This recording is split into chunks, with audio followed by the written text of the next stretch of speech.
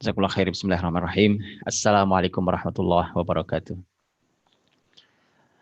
Alhamdulillah alladzi bi ni'matihi tatimmus shalihat. Alhamdulillah hamdan katsiran tayyiban mubarakan fihi kama yuhibbu rabbuna wa yarda. Asyhadu an la ilaha illallah wahdahu la syarika lah wa asyhadu anna Muhammadan abduhu wa rasuluh. Allahumma shalli wa sallim wa barik wa an'im ala rasulina wa uswatina wa murabbina Muhammadin sallallahu alaihi wasallam wa ala alihi wa ashabihi wa man tabi'ahu bi ihsanin ila yaumiddin. Subhanaka la ilma lana illa ma 'allamtana innaka antal alimul hakim.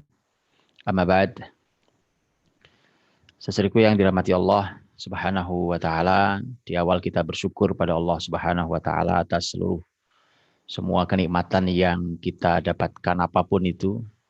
Begitu banyaknya kenikmatan di tengah pandemi yang belum selesai. Kita juga ikut berbelasungkawa atas meninggalnya para ahli ilmu di beberapa waktu belakangan ini. Yang meninggalnya para ahli ilmu adalah merupakan kesedihan di atas kesedihan, karena yang pergi bukan hanya manusianya, tapi yang pergi adalah ilmunya. Dan itulah yang luar biasa ketika bahkan umpamanya seorang sahabat Nabi yang para ahli Al-Quran itu ketika dimakamkan, kemudian sahabat lain mengatakan hari ini dimakamkan ilmu yang banyak. Dan mudah-mudahan Allah SWT memberikan kemuliaan bagi beliau dan memberikan ganti untuk umat ini, para ahli ilmu yang mukhlisin, al-amilin, al-ulama rabbaniyin insyaallah. Juga untuk saudariku yang dirahmati Allah SWT, semoga Allah menjaga kita semua dalam naungan, dalam lindungan, dalam bimbingan, dalam taufik dan rahmat Allah Subhanahu wa taala. Saudariku yang dirahmati Allah Subhanahu wa taala, jazakumullah khairan katsira untuk saudara-saudara saya yang ada di Masjid Al-Irsyad Surabaya yang memprakarsai acara mulia ini bersama kami di Madrasah Al-Fatih. Dan Masya Allah Masjid Al-Irsyad Surabaya menyampaikan niat baiknya untuk membantu pembangunan madrasah kami di Al-Fatih yang memang sedang dalam proses pembangunan untuk perluasan untuk jumlah santri yang sudah tidak bisa menampung. Maka akan nanti insya Allah kita akan membahasnya. Dan hari ini izinkan saya memulai, karena ini permulaan untuk pertemuan di tahun 2021 ini, juga permulaan untuk pertemuan kajian khusus kita ini. Dalam pertemuan-pertemuan kita nanti insya Allah di beberapa waktu ke depan. Karena hari ini kita memulai, maka saya ingin memulai dengan permulaan yang paling mulia. Dan tidak ada permulaan yang paling mulia melebihi Al-Fatihah. Al-Fatihah. Makanya kita tahu kata Al-Fath artinya membuka, pembukaan, muqaddimah. Al-Fatih, sang pembuka. Al-Fatihah, ada tak di belakangnya menunjukkan bahwa ini bukan sembarang pembuka, tapi ini pembuka yang agung dan besar. Makanya kita ingin mulai dengan pembuka yang terbesar ini, agar kita mendapatkan kebesaran dan tentu mendapatkan keberkahan untuk apapun yang kita akan pelajari nanti. Karena ilmu bukan masalah berapa banyak yang kita pelajari, bukan masalah berapa banyak yang kita hafal, tetapi mana ilmu yang bermanfaat, itulah yang paling penting dari ilmu yang kita pelajari. Karena kita diajari Nabi Shallallahu Alaihi Wasallam sebuah doa agar berlindung dari ilmu yang tidak bermanfaat. Allahumma inni a'udzubika min ilmin la yanfa'. Aku berlindung pada Allah Subhanahu wa taala, mohon perlindungan pada Allah dari ilmu yang tidak manfaat. Saudaraku dirahmati Allah Subhanahu wa taala, saya tidak akan membahas tafsir Al-Fatihah. Tafsir Al-Fatihah itu pembahasannya luas sekali, indah sekali. Saya hari ini ingin membahas Al-Fatihah yang ingin kita hubungkan dengan pendidikan. Nanti kenapa begitu nanti kita lihat. Jadi kalau dibunyikan Judulnya adalah ini pelajaran, ada 10 pelajaran yang akan saya sampaikan, ada 10 pelajaran dari 10 pelajaran pendidikan dari surat Al-Fatihah. Yang mudah-mudahan bisa bermanfaat buat pendidikan, mendidik generasi, menyiapkan generasi kita, baik anak-anak kita ataupun anak didik kita. Nah, setelah dirahmati Allah SWT, sebelum masuk pada 10 pelajaran itu, saya ingin menyampaikan tentang Al-Fatihah ini dan mengapa saya mengambilnya untuk pendidikan. Bicara tentang Al-Fatihah, surat pembuka untuk Al-Quranul Karim ini adalah surat yang posisinya paling depan karena dia membuka. Tetapi ini adalah ringkasan seluruh Al-Quran. Bahkan kalau kita melihat di beberapa hal, Al-Fatihah ini itu dia meringkas seluruh isi Al-Quran. Ya, seluruh isi Al-Quran itu diringkas dalam Al-Fatihah. Jadi pembukaan yang isinya adalah ringkasan seluruh Al-Quran. Bisa bayangkan kita, 113 surat itu diringkas hanya dalam satu surat yang isinya hanya 7 ayat. Itu satu. Dan yang kedua adalah Al-Fatihah ini kalau kita sholat contohnya, lihat orang sholat contohnya. Kalau orang sholat, kemudian dia begitu sholat Allahu Akbar. Kemudian dia membaca dari mulai surat Al-Baqarah sampai surat An-Nas. Bayangkan panjangnya. Al-Baqarah sampai akhir Al-Quran, tapi tidak baca Al-Fatihah. Apa yang terjadi dengan sholatnya? Yang rajih adalah bahwa sholatnya tidak sah. Ya, jumhur ulama mengatakan tidak sah sholatnya.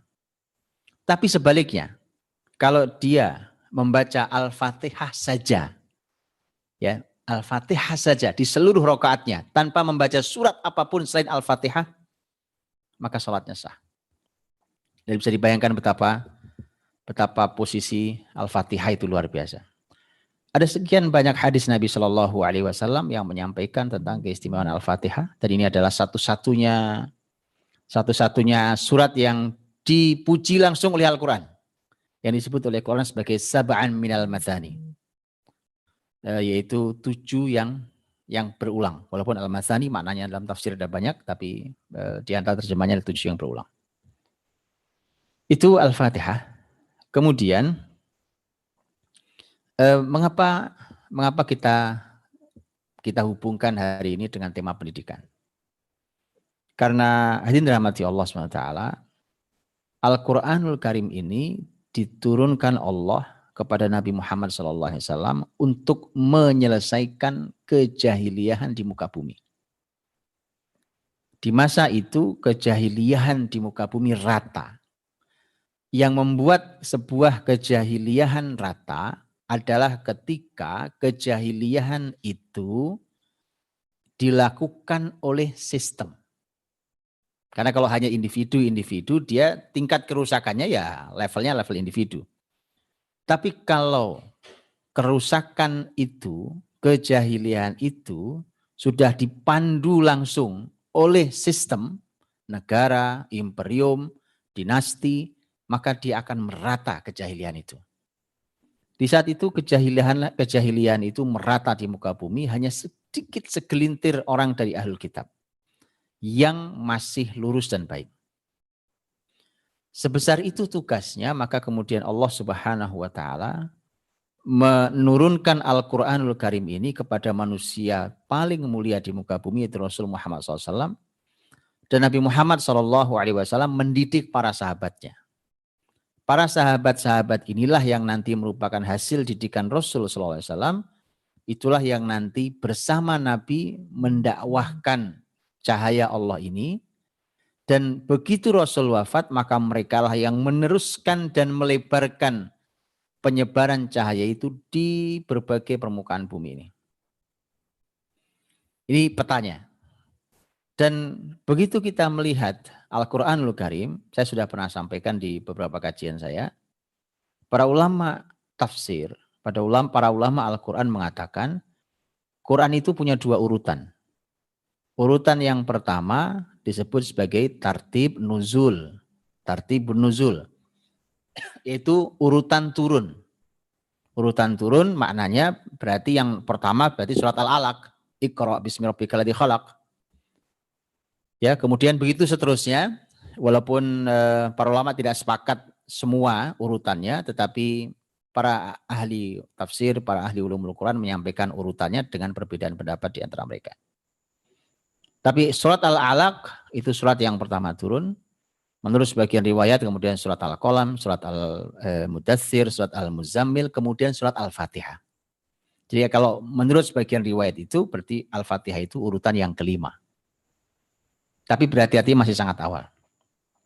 Dan menurut pendapat sebagian ulama lain, Al-Fatihah termasuk surat yang diturunkan 2 kali. Diulang. Jadi sekali waktu Nabi di Mekah, sekali waktu Nabi di Madinah. Ini menunjukkan betapa pentingnya. Baik. Kemudian yang kedua adalah namanya tartibul mushaf. Quran ini ada yang urutan turun, ada yang tartibul mushaf. Urutan mushaf. Mushaf itu Quran mushaf yang kita baca itu hari ini. Kalau urutan mushaf ini para ulama ada pembahasan, tentu ada pembahasan khusus, saya tidak bahas detailnya. Pembahasan tentang urutan surat dan urutan ayat dalam surat. Urutan surat itu maknanya adalah Al-Fatihah dulu, kemudian Al-Baqarah, kemudian Al-Imran, kemudian An-Nisa, dan seterusnya sampai akhirnya adalah An-Nas, itu urutan surat. Urutan ayat itu maknanya adalah kalau Al-Fatihah ya Alhamdulillahirrahmanirrahim atau Bismillahirrahmanirrahim, Alhamdulillahirrahmanirrahim, Ar-Rahmanirrahim itu urutan ayat di dalam surat. Nah ini para ulama juga membahas tentang urutan ayat. Dulu Jibril alaihissalam kalau turun membawa ayat itu kan ada surat-surat yang turun sekaligus satu surat. Ada surat-surat itu yang turunnya tidak sekaligus. Jadi ada surat-surat itu yang turunnya bertahap. Maka Jibril kalau turun kepada Nabi SAW, maka Jibril kemudian berkata, Muhammad letakkan ayat ini bersama dengan ayat yang membahas tentang ini. Itu artinya atas perintah Jibril meletakkan ayat itu di mana. Berarti ya Jibril tidak mungkin mengarang. Itu artinya sesuai dengan petunjuk Allah Subhanahu wa taala. Menurut sebagian ulama bahwa urutan surat juga demikian. Urutan suratnya, jadi setelah Al-Fatihah, Al-Baqarah, setelah Al-Baqarah, Al-Imran, setelah Al-Imran adalah An-Nisa dan seterusnya itu menurut sebagian ulama juga seperti itu. Baik, saudara yang dirahmati Allah. Maka kemudian ketika kita membuka Al-Quran, karena sekarang Al-Quran tentu mushaf ini yang kita baca ini disepakati susunannya oleh masyarakat muslim ini sejak zaman sahabat dahulu, kemudian begitu kita buka permulaannya adalah Al-Fatihah. Al-Fatihah.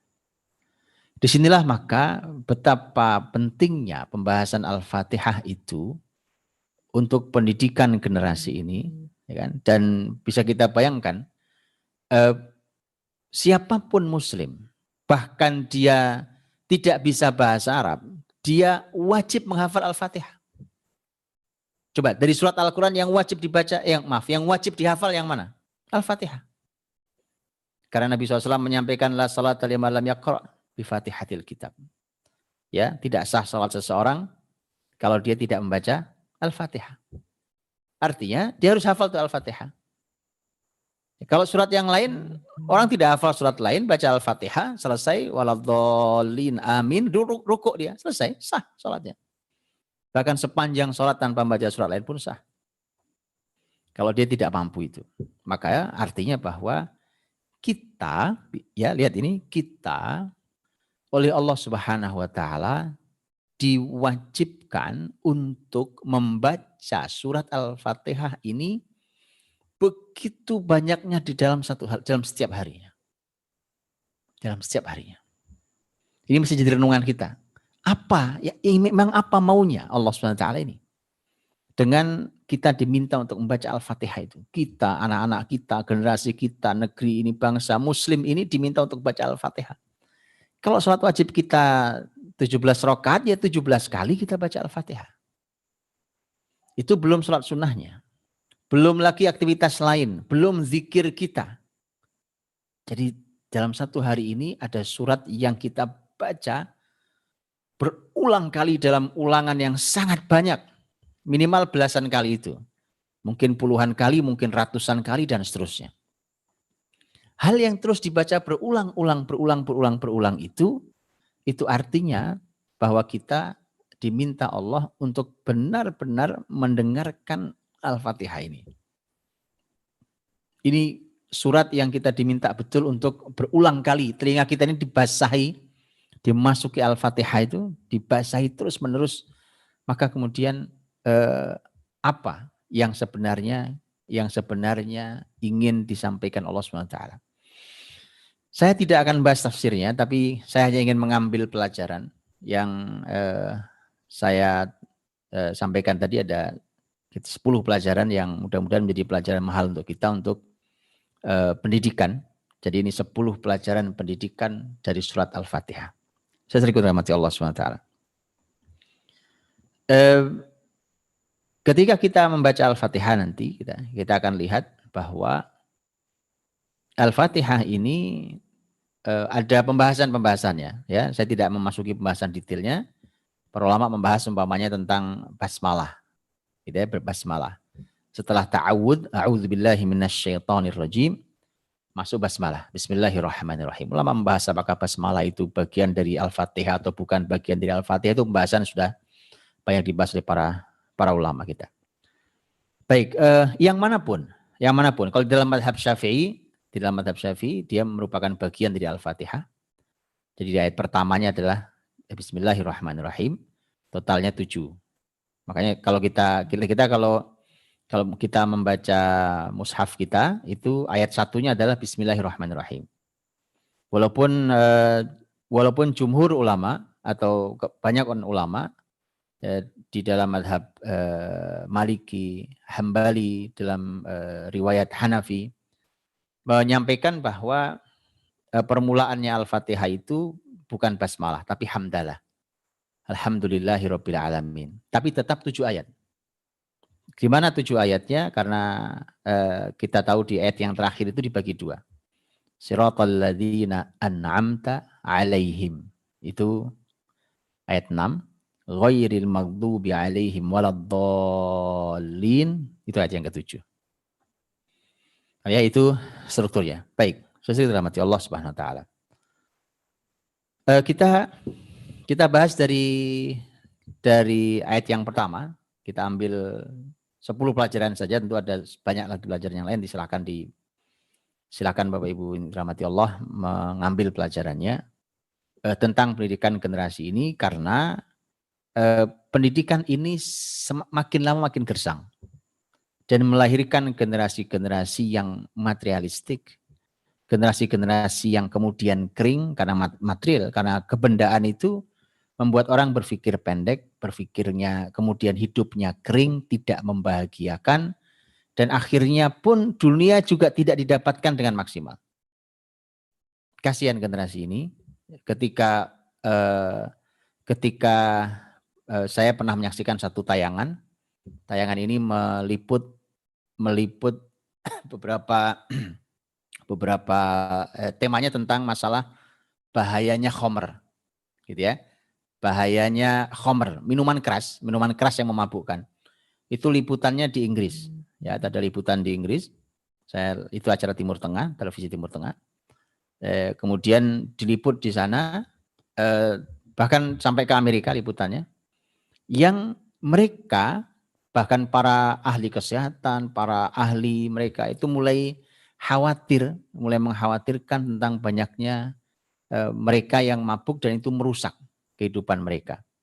Bahkan kemudian ditunjukkan ada area, satu wilayah yang ditulisi bahwa wilayah ini seseorang dilarang mabuk di sini. Jadi mereka sudah seperti itu. Bayangkan ketika mereka sudah mulai lelah dampak dari kemaksiatan itu, tiba-tiba negeri muslim seperti kita itu mulai berani menunjukkan, mereka-mereka yang rusak di media sosial itu mulai berani menunjukkan tentang khamr itu dan perilaku mabuk mereka. Kasihan generasi ini. Ya. Maka kemudian yuk kita kembalikan tuh bagaimana Al-Fatihah ini sebagai pembuka Al-Qur'anul Karim itu merupakan ruh dari Al-Qur'an, dan Al-Qur'an ini kan merupakan kurikulum pendidikan utama dalam Islam. Ya kan? Bahkan satu-satunya di zaman Nabi SAW. Dan itu yang utama melahirkan generasi terbaik, itu generasi sahabat. Dan pembukanya, ringkasannya, utamanya ada di Al-Fatihah ini. Ini di kurikulum Al-Quran itu ternyata ketika Al-Fatihah adalah yang paling utama, paling depan, ringkasan utama di sana, maka kemudian itu artinya dia merupakan ringkasan kurikulum pendidikan generasi ini. Baik. Yang pertama adalah kita mengambil dari Bismillahirrahmanirrahim. Bismillah dengan menyebut nama Allah, Ar-Rahman, Ar-Rahman, Ar-Rahim. Ar-Rahman yang Maha Rahman, Maha Rahim. Pelajaran mahal di sini bahwa ternyata kita harus memulai pendidikan ini dengan nama Allah SWT. Kita mulai dengan Allah pendidikan ini. Ya, Bismillah, kita mulai dengan Allah. Maka dari itu, ini sama, lihat ya, ini persis sama. Quran berdasarkan urutan mushaf dan Quran berdasarkan urutan turun, lihat ini, ternyata sama ruhnya, yaitu berdasarkan urutan turun, Iqra bismi rabbikal ladzi khalaq. Bacalah, ini ilmu.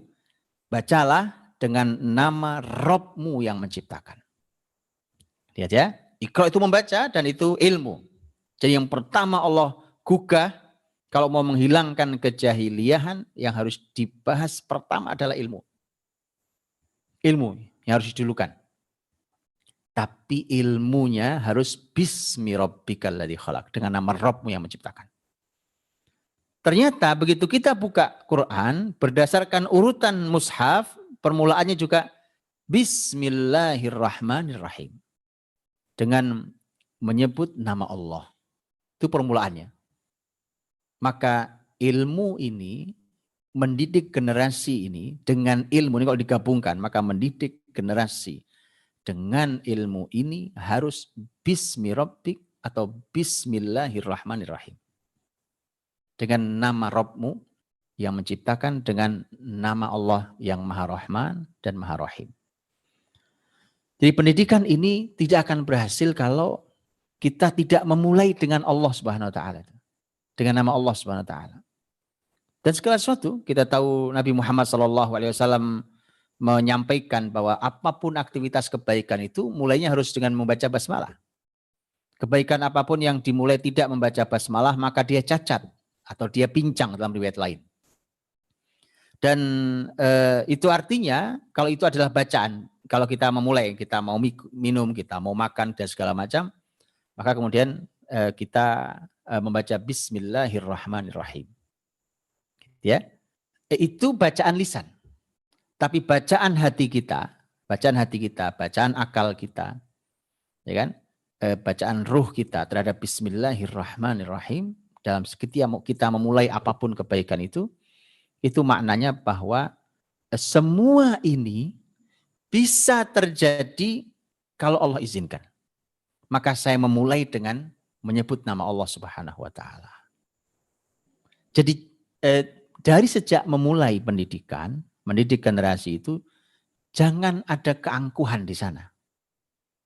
Jangan ada keangkuhan. Jangan Anda bilang Anda orang pintar. Jangan Anda katakan Anda orang sukses. Jangan Anda katakan Anda profesor, ahli dan hebat. Allah sudah ingatkan, wa fauqa kulli dzi ilmin alim. Di atas semua yang punya ilmu ada alim. Allah yang maha berilmu. Jadi Qarun ditenggelamkan Allah, dilesakkan dalam bumi, dikarenakan dia berkata, dari mana kau dapat kekayaanmu wahai Qarun? Dia mengatakan, innama utituhu ala ilmin indi. Itu ilmu saya tuh. Itu ilmu saya. Itu ketika dia merasa sukses, dia merasa hebat, dia merasa berhasil, bukan karena Allah, tapi karena saya. Karena ilmu saya. memulai pendidikan, tundukkan, rendahkan hati ini bahwa ini saya bisa mengajar, saya bisa mendidik semuanya dengan nama Allah. Tanpa Allah saya tidak bisa lakukan semua ini. Anda punya ilmu besar, Anda apapun. Berapa banyak orang yang ilmunya tinggi, tapi dia tidak bisa menyampaikan ke banyak orang. Berapa banyak orang yang ahli dalam menyusun kalimat, tapi tidak masuk dalam hati orang. Itu artinya ada banyak hal yang itu bisa terhalangi kalau bukan karena Allah Subhanahu wa taala. Maka bismillahirrahmanirrahim itu artinya bahwa kita memulai bahkan kita masuk Quran ini, kita mau masuk ke dalam kurikulum terbaik, terbesar, kurikulum utama dan pertama dalam mendidik generasi terbaik, itu kita mulai pertama kali adalah kalimat bismillahirrahmanirrahim. Yang pertama kali itu. Jadi semua karena Allah. Karena semua karena Allah, maka sudah kita harus bermulainya dengan nama Allah. Dan kita memulai dengan semua izin dan taufik dari Allah SWT. Maka tidak ada ruang untuk kita keluar dari aturan Allah. Bismillahirrahmanirrahim. Itu yang pertama. Dan maka kita sebagai pendidik, dari mulai diri kita sampai apa yang mau kita ajarkan, semuanya harus dalam lingkup Bismillahirrahmanirrahim atau Bismi Rabbikal ladzi khalaq. Kemudian, itu yang pertama. Pelajaran yang pertama. Pelajaran yang kedua adalah bahwa di dalam Bismillahirrahmanirrahim, ternyata disitulah kita dikenalkan dulu tentang Allah sebelum dikenalkan yang lain. Jadi kalau kita mau tanya tentang apa yang harus kita kenalkan dulu kepada generasi kita, kenalkan tentang Allah SWT. Itu yang duluan tuh. Kita belum diajari apapun. Begitu baru mulai langsung Bismillahirrahmanirrahim. Ya, dengan menyebut nama Allah. Kenalkan dulu Allah. Orang-orang akan bertanya, Allah, siapa Allah itu? Allah punya Asmaul Husna, punya nama-nama yang baik, yang dengan nama-nama baik itu Allah memperkenalkan dirinya. Karena siapa Allah? Orang musyrik dulu bertanya, orang Quraisy, siapa Allah itu? Ternyata Ar-Rahman Ar-Rahim. Ini luar biasa nih. Dari innalillahi tis'atan wa tis'ina isman, Allah punya 99 nama, kata Nabi SAW. Dari 99 nama itu, Allah ternyata yang pertama Allah kenalkan adalah nama Ar-Rahman Ar-Rahim. Agar kenali dulu Allah yang benar, mengenalinya yang benar.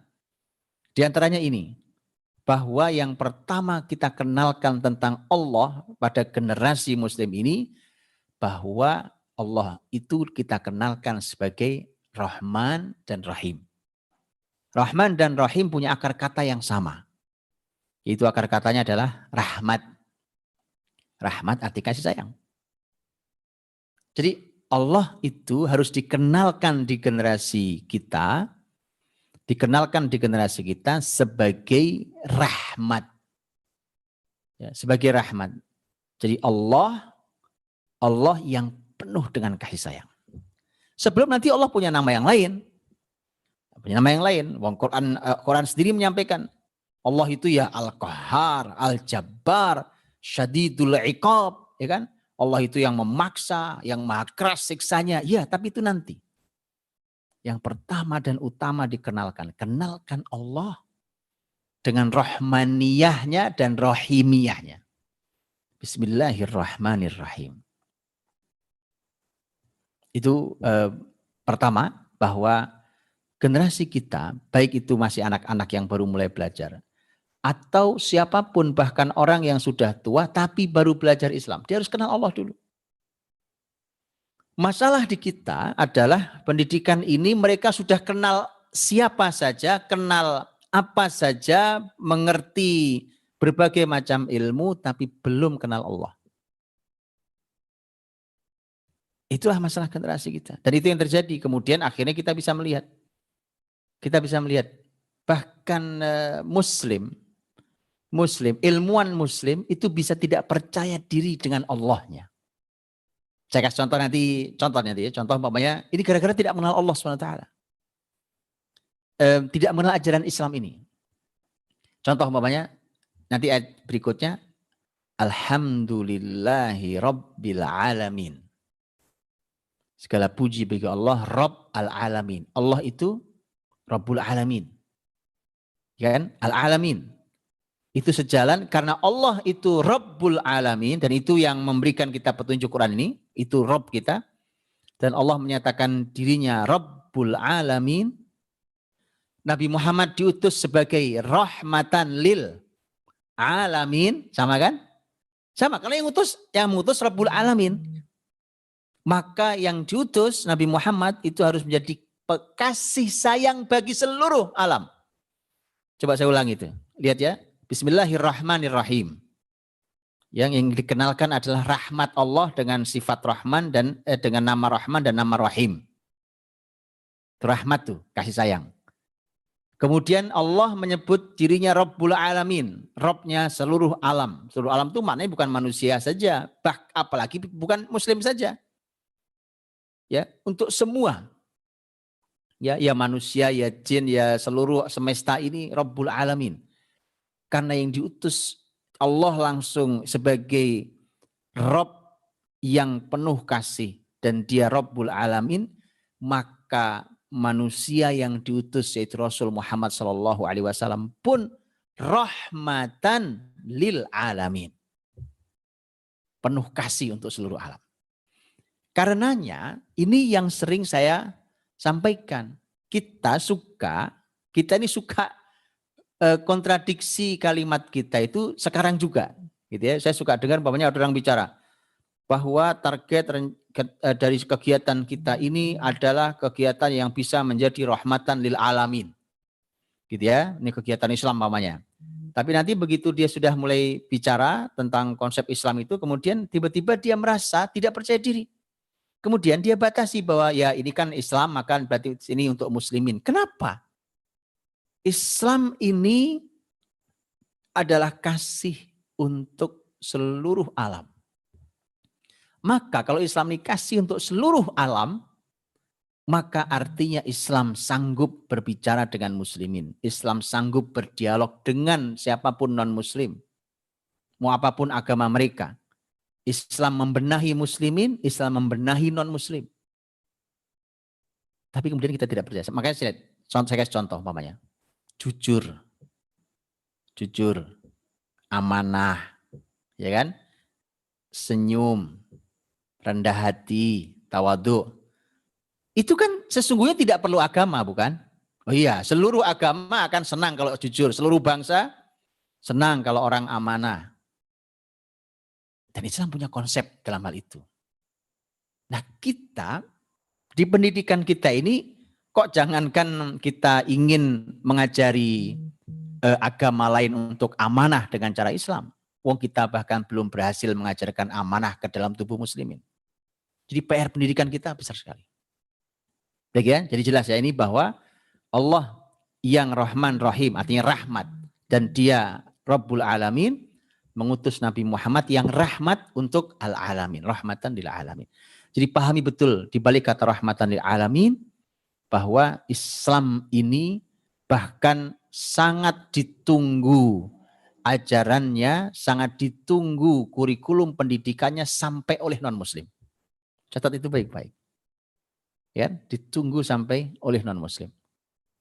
Jadi kalau kita masih merasa ya ini kan Islam Pak, Islam ini untuk muslimin, atau umpamanya begini contohnya. Seringkali kita merasa kesempitan dengan baju Islam. Itu sering sekali. Dengan baju Islam itu kita merasa sempit. Umpamanya ini kan negeri banyak agama. Bhinneka Tunggal Ika. Bersatu, berbeda-beda tapi bersatu. Kemudian akhirnya ya kita harus menghargai semua. Ya, semua itu sudah ada dalam Islam. Karena kita tidak memahami dalam ajaran Islam, maka kita menduga kalau Islam itu sempit hanya untuk Islam, padahal sering sekali keluar dari lisan kita kata rahmatan lil alamin. Berarti kita tidak paham apa sebenarnya rahmatan lil alamin itu. Oke ya? Jadi kenali dulu Allah. Kenali dulu Allah. Di dalam Al-Fatihah tadi, itu Allah mengenalkan dirinya. Dari mulai Bismillahirrahmanirrahim. Siapa Allah? Allah Ar-Rahman, Ar-Rahim. Itu perubahan sendiri. Allah siapa? Rabbul Alamin.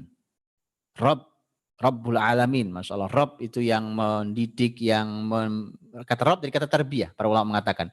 Yang memperbaiki, yang mengatur, yang memiliki, yang menciptakan. Kata Rabbul Alamin. Ya, nanti Ar-Rahmanir-Rahim. Maliki Yaumiddin. Allah juga Maliki Yaumiddin. Allah Raja sekaligus pemilik Yaumiddin pada hari pembalasan nanti. Jadi kenali Allah dulu. Jadi ayat ini dari awal sampai akhir dimulai dengan menyebut nama Allah. Maka sampai nanti ujungnya adalah bagaimana kita sebagai manusia bersikap. Itu semua pusarannya adalah Allah Subhanahu Wa Taala. Pendidikan ini gagal kalau generasi ini belum mengenal Allah Subhanahu Wa Taala. Baik, itu dua tuh. Yang ketiga. Ini perlu kita ambil menjadi sebuah pelajaran mahal untuk pendidikan. Yaitu kita harus selalu merasakan nikmat Allah yang melimpah untuk kita. Yang dari merasakan nikmat Allah yang melimpah untuk kita itu akan lahir syukur. Akan lahir syukur. Lihat Luqmanul Hakim. Kita kalau bicara tentang pendidikan dalam Quran, saya sering kali ini saya kalau mengisi kajian umum, umpamanya tentang pendidikan anak, umpamanya gitu ya, atau tentang keluarga. Kemudian sebelum dimulai ada yang baca Quran. Itu sering banget yang baca Quran itu selalu baca Luqman. Karena itu jelas tergambar bagaimana Luqman menasihati anaknya. Coba lihat, perhatikan ayat yang 12. Permulaan Luqman menasihati. Ya, bagaimana Allah memberikan kepada Luqman. Apa yang diberikan? Walaqad ataina Luqmanal hikmata anishkur lillah. Kami berikan pada Luqman hikmah. Ini poin besar. Poin besar. Ketika kalau kita mau menjadi orang yang berhasil dalam mendidik, Allah telah memberikan potret orang luar biasa, itu Luqman. Maka disebut Al-Hakim karena punya hikmah. Kalau kita mau berhasil di dalam menasihati, yang nasihat itu mampu mengubah siapapun yang kita didik, maka yang harus kita miliki adalah hikmah. Ketika ilmu tidak cukup untuk menasihati, ilmu tidak cukup untuk mendidik, karenanya ilmu harus segera berubah menjadi hikmah. Bagaimana ilmu berubah menjadi hikmah itu pembahasan sendiri. Setelah itu apa? Anishkur lillah. Supaya bersyukurlah kamu pada Allah. Jadi nasihat belum mulai. Nasihat mulai ayat 13. Tapi ayat 12 Allah ingin menyampaikan ini loh yang dimiliki Luqman. Sampai dia berhak menjadi contoh dalam menasihati anaknya. Dan berhasil dalam mendidik anaknya. Baru nanti isi nasihat itu. Terus ayat 13, 14 dan seterusnya sampai ayat 19. Dan artinya bahwa tema hikmah, tema syukur itu diletakkan di depan. Dua hal itu. Hikmah, syukur. Allah Subhanahu Wa Taala tadi sama dalam surat Al-Fatihah ketika kita sudah mengenali Allah, Bismillahirrahmanirrahim, ya, maka ayat berikutnya Alhamdulillahirabbil alamin. Coba kata hamdalah, segala puji bagi Allah, kapan kita ucapkan biasanya? Alhamdulillah. Kapan biasanya kita ucapkan? Kita ucapkan ketika kita dapat nikmat. Jadi rasakan kenikmatan Allah. Masa pandemi ini adalah masa yang paling tepat untuk kita menguji rasa ini. Ya, sulit, masalah, terbatas, ya, segala macam itu, kesedihan segala macam. Masih mampukah kita merasakan kenikmatan Allah melimpah dalam hidup kita? Masih mampukah itu?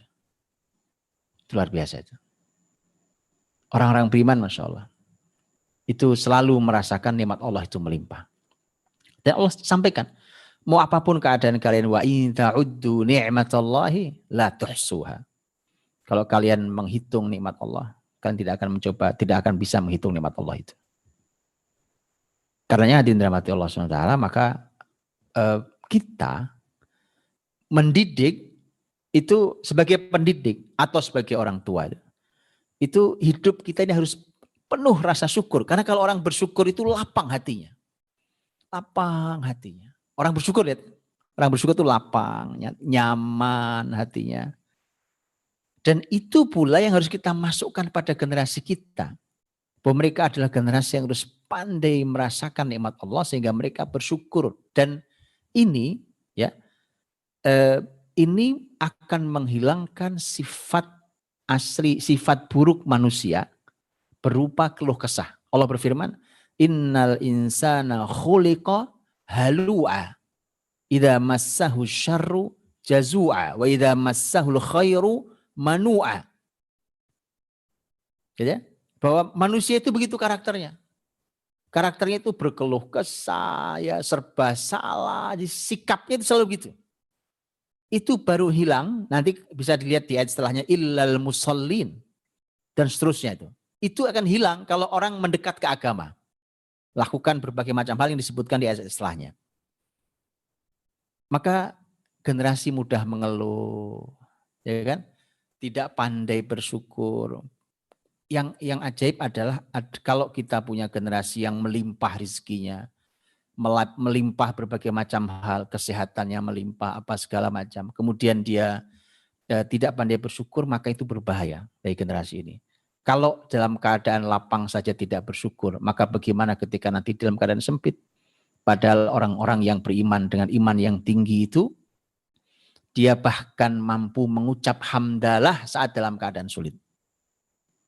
Nabi SAW sampai mengajarkan, kalau kalian mendapatkan nikmat dari Allah, katakan alhamdulillahilladzi bi ni'matihi tatimmus shalihat. Kalau kalian dapat kesulitan, maka ucapkanlah alhamdulillahi ala kulli hal. Segala puji bagi Allah apapun keadaan kita hari ini. Itu artinya bahwa kita bahkan diajari untuk masih mampu mengucap hamdalah bahkan dalam keadaan sulit. Nah, itu pendidikan generasi yang tidak sederhana itu. Kalau seperti itu keadaannya, Masya Allah, tabarakallah. Ya, itu pendidikan luar biasa. Jadi selalu merasakan nikmat Allah. Sehingga kemudian nanti yang muncul adalah hamdalah. Alhamdulillah, alhamdulillah. Alhamdulillahirabbil alamin. Lapang ya. Nanti kalau lapang hatinya didik generasi gampang. Yang lapang hatinya. Dan lihat contoh Rasul kita Muhammad SAW. Keadaan itu sulit. Tapi Nabi harus mendidik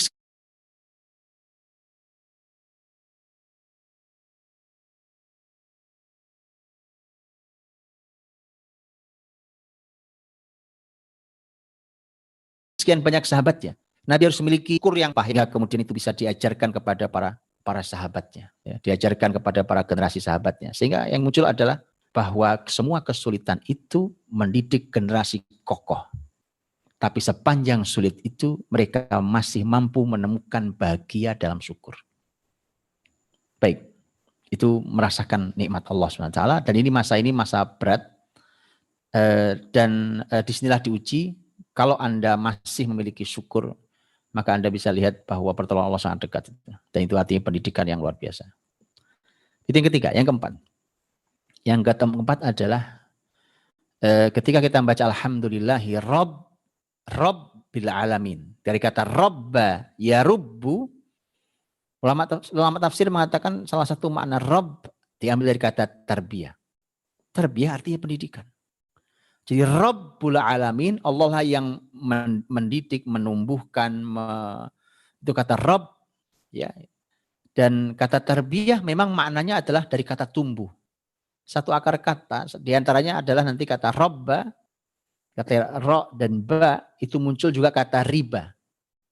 Tahu riba? Riba itu kalau bahasa Indonesia orang suka bilang duitnya beranak. Riba, itu artinya apa? Artinya uangnya numbuh tapi dengan cara haram.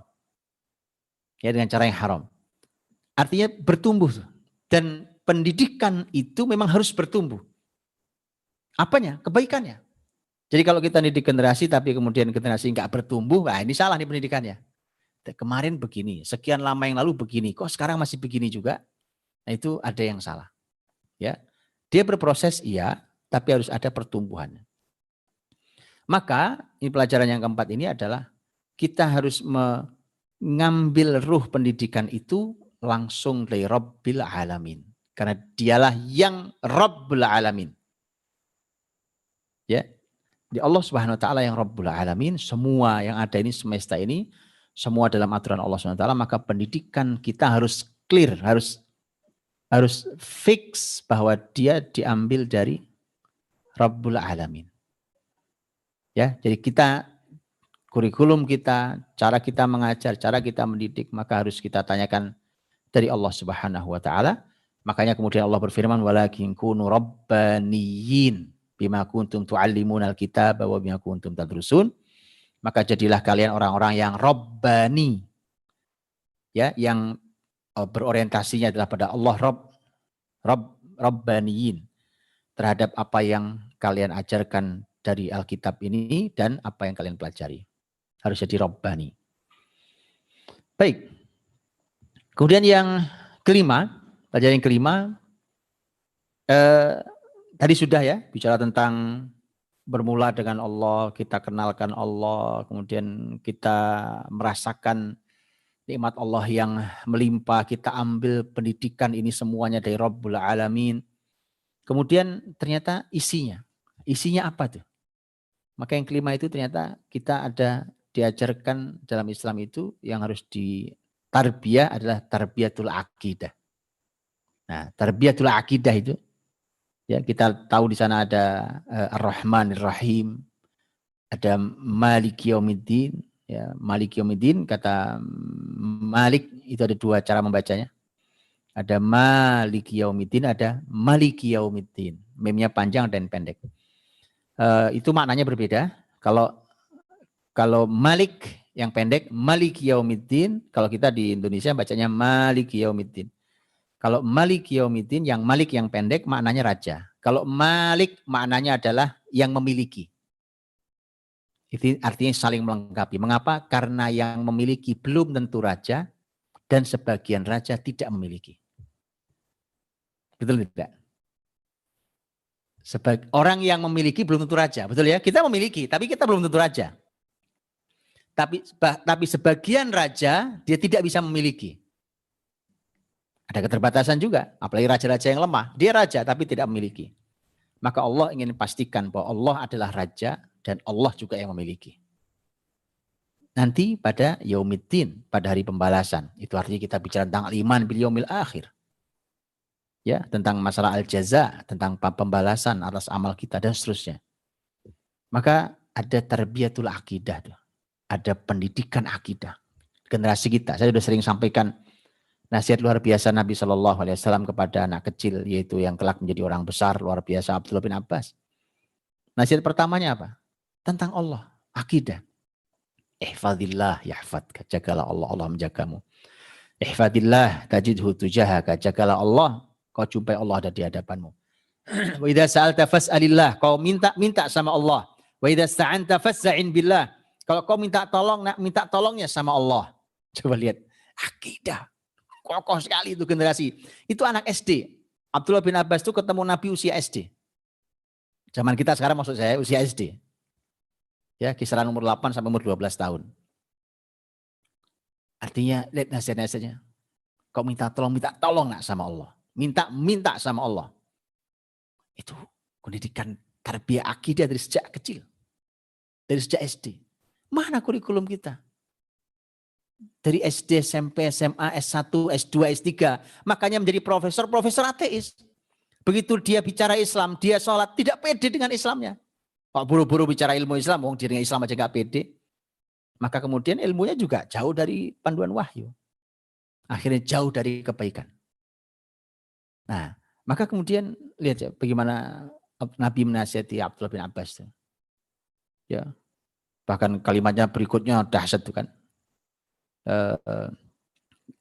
Nak ketahuilah. Ya.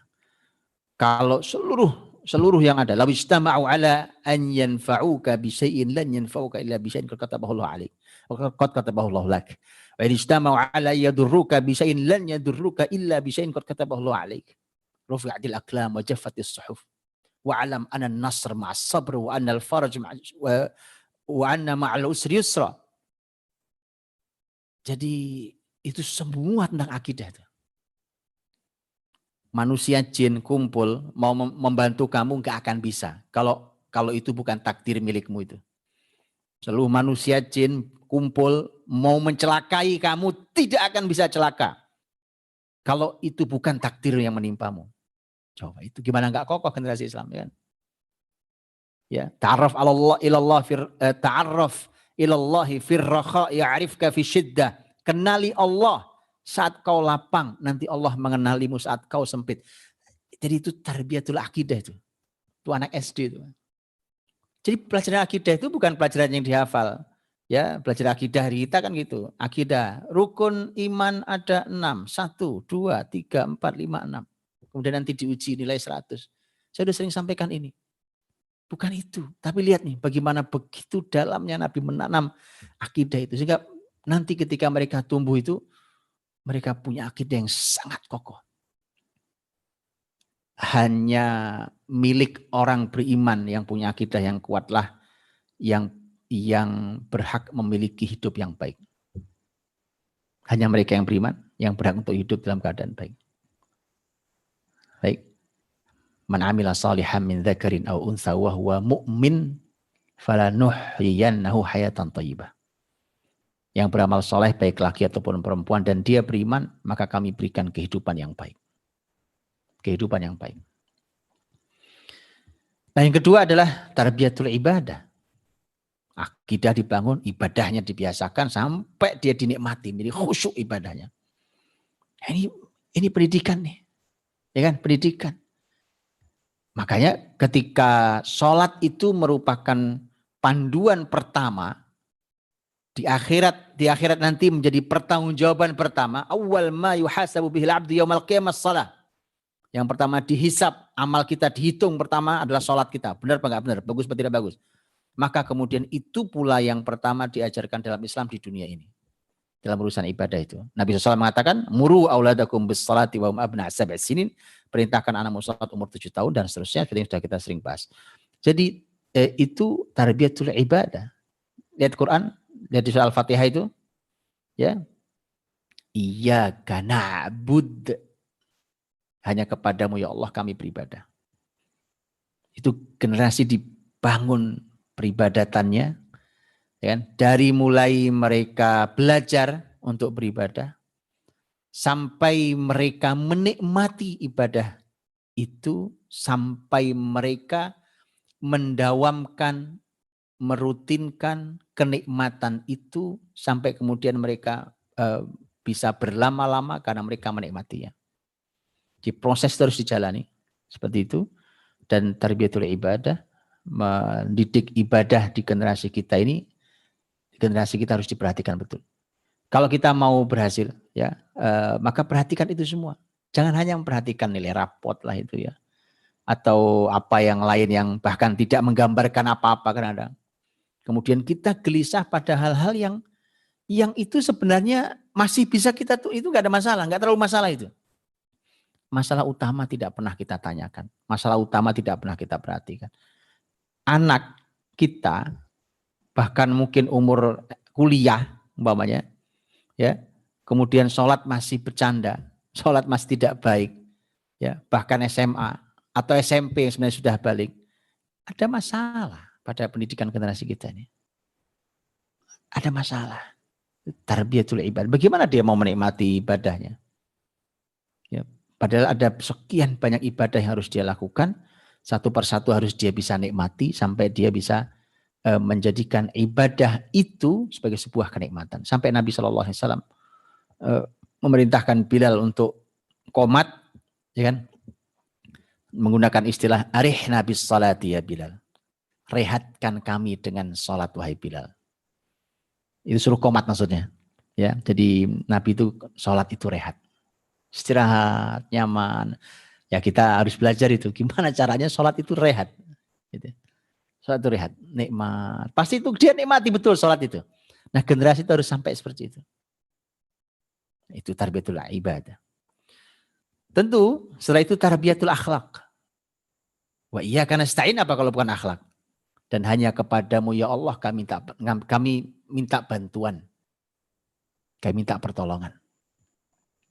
Itu adalah akhlak kita pada Allah Subhanahu wa taala. Karena Allah Subhanahu wa taala itu murka ketika melihat orang itu merasa cukup. Ar-ra'ahu istaghna. Itu kita tahu ya, itu juga ada dalam surat Al-Alaq. Ar-ra'ahu istaghna. Manusia itu akan menjadi taghut, ya. Kalla innal insana la yatgha ar-ra'ahu istaghna. Ya, innal insan manusia itu akan menjadi taghut, la yatgha, menjadi taghut, melampaui batas, ar-ra'ahu istaghna, ya, karena dia merasa cukup dari Allah SWT. Orang tuh kalau jauh merasa cukup dari Allah, tidak pernah minta pertolongan Allah, dia rasa hidup ini semua bisa saya jalani baik-baik saja, maka dia menjadi taghut itu sangat dekat. Hidupnya akan melampaui batas. Maka Allah murka. Ini bedanya Allah dengan makhluk. Karena makhluk ini lemah. Kalau kita sering minta pada makhluk, maka makhluk ini akan marah. Terbalik dengan Allah Sang Khalik, kalau kita semakin jauh dari Allah dan tidak pernah minta pada Allah, maka justru Allah marah. Karena menunjukkan bahwa tidak dekatnya kita dengan Allah. Maka ini adalah akhlak kita. Jadi dalam permintaan itu, selain itu keperluan kita meminta pada Allah, bahwa di sana ada nilai akhlak kita, dan akhlak itu akhlak kita pada Allah SWT juga kepada, nanti turun juga kepada sesama kita. Maka tarbiyatul akhlak ini adalah merupakan pembahasan yang juga besar di dalam Islam. Bahkan akhlak ini adalah merupakan buah dari ibadah, buah dari akidah dan ibadah. Akhlak ini merupakan buah dari akidah dan ibadah. Lihatlah contohnya hadis Nabi SAW. Ketika Nabi Muhammad SAW menyampaikan tentang ketika bicara tentang wanita yang ngikat kucing di rumahnya. Tidak diberi makan, tidak dilepaskan. Walau dia ahli tahajud. Bayangkan itu ya. Artinya ibadahnya tidak berhasil membentuk akhlaknya. Kata Nabi, hiya min ahli nar. Itu wanita penghuni neraka. Kenapa? Karena ibadahnya ternyata tidak menghasilkan buah. Apa buahnya? Akhlak. Akidah juga sama. Dia akan menghasilkan akhlak. Baik, jadi tarbiyatul akhlak. Nah ini makanya juga pelajaran buat kita. Hari ini alhamdulillah keluarga muslim banyak yang mendorong anak-anaknya untuk mulai menghafal Al-Quran, membaca Al-Quran, menghafal Al-Quran, dan seterusnya. Itu baik, luar biasa. Tapi harus diperhatikan bahwa Al-Quran bukan hanya untuk dihafal. Ya, bahwa mereka harus hafal, ya. Kalau mau disuruh menghafal itu kemuliaan. Tapi bukan hanya itu. Makanya kemudian tentu kita akan sedih ketika melihat para penghafal Quran, tapi akhlaknya di mana? Para penghafal Quran, ibadahnya seperti apa? Para penghafal Quran, akidahmu bermasalah. Mana imanmu pada Allah? Ya. Orang-orang Quran itu orang-orang yang paling tenang, paling anteng di masa pandemi seperti ini. Oh iya, dia kan keluarga Allah, ahlullah wa khassatuh. Keluarganya Allah dan orang-orang khususnya Allah. Paling tenang. Maka kalau orang-orang Quran, para penghafal Quran itu di masa pandemi ikut panik juga, itulah masalahnya.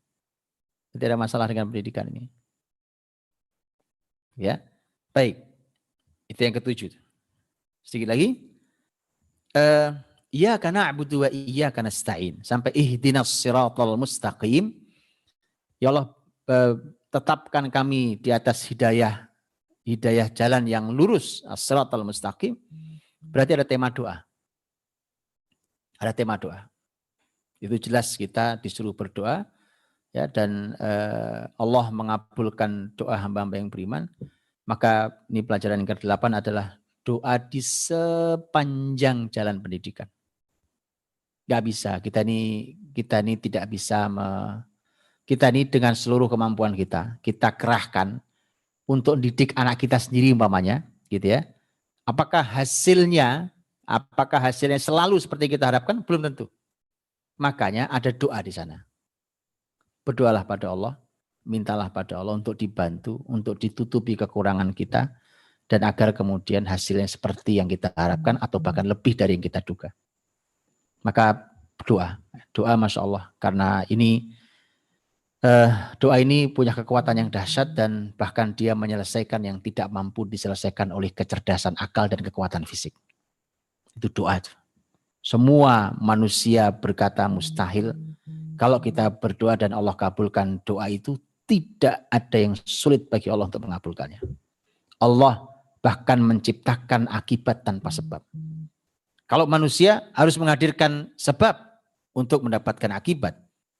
Kalau saya ingin pinter, itu akibat, maka saya harus belajar, itu sebabnya. Sebab saya belajar, maka saya pintar. Gitu kan? Sebab saya rajin mencari uang, saya kaya raya, umpamanya. Itu sebab akibat. Tapi Allah yang menciptakan semua, termasuk yang menciptakan sebab dan akibat. Maka Allah ingin tunjukkan, bahkan seluruh manusia mengatakan Zakaria dan istrinya mustahil punya anak. Kalau Allah katakan punya anak, itu masih lumayan, ada suami istri. Lah Maryam, suaminya tidak ada. Kan untuk lahir anak, kan harus laki dan perempuan. Itu kan ilmu manusia, harus ada sebab untuk muncul akibat. Tapi Allah menghadirkan akibat tanpa adanya sebab. Allah Maha Kuasa. Makanya berdoalah pada Allah. Kita kurang, kita jauh dari sempurna. Sebagai orang tua, sebagai pendidik, maka berdoa pada Allah SWT. Ihdinas siratal mustaqim. Bayangkan, ada berapa banyak doa dalam Quran, nanti silakan dikumpulkan ya, berapa banyak doa dalam Quran.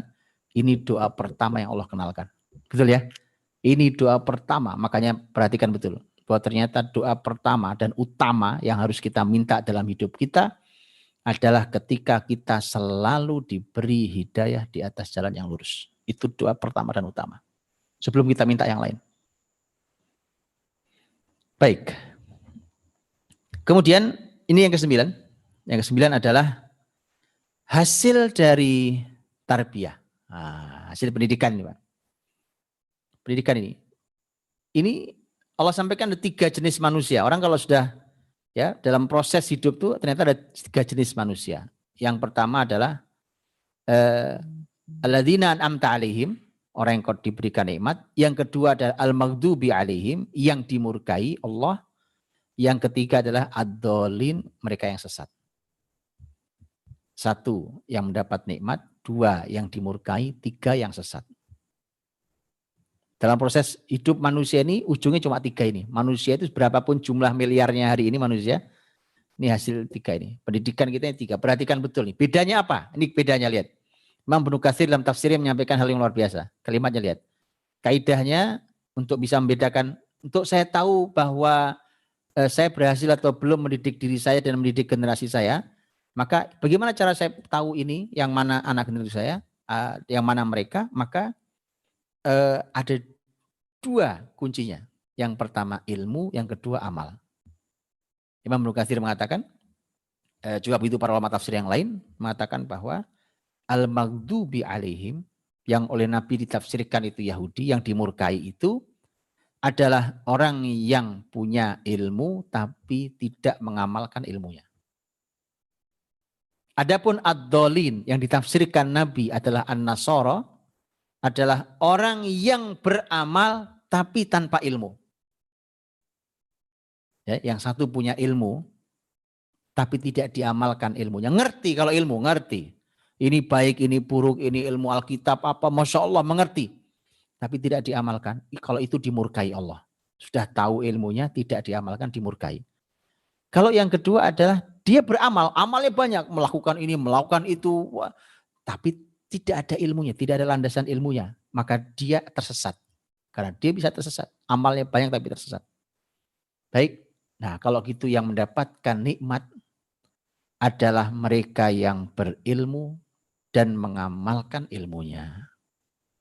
Nah itu hasil pendidikan. Kalau generasi kita seperti itu, mereka berilmu dengan semangat dan mereka menapaki jalan untuk mengamalkan ilmunya, maka bersyukurlah itu termasuk an'amta 'alaihim, alladzina an'amta 'alaihim. Baik, yang terakhir, yang ke-10. Terakhir di pembuka di pertemuan kita ini adalah 10 poin ini. Yang terakhir adalah pendidikan dengan menggunakan pola dan keteladanan. Dari mana diambilnya itu? Siratal ladzina an'amta 'alaihim ghairil maghdubi 'alaihim waladdallin. Jadi ketika kita ingin jalan yang lurus, ya Allah ihdinas siratal mustaqim, beri kami hidayah di atas jalan yang lurus ini.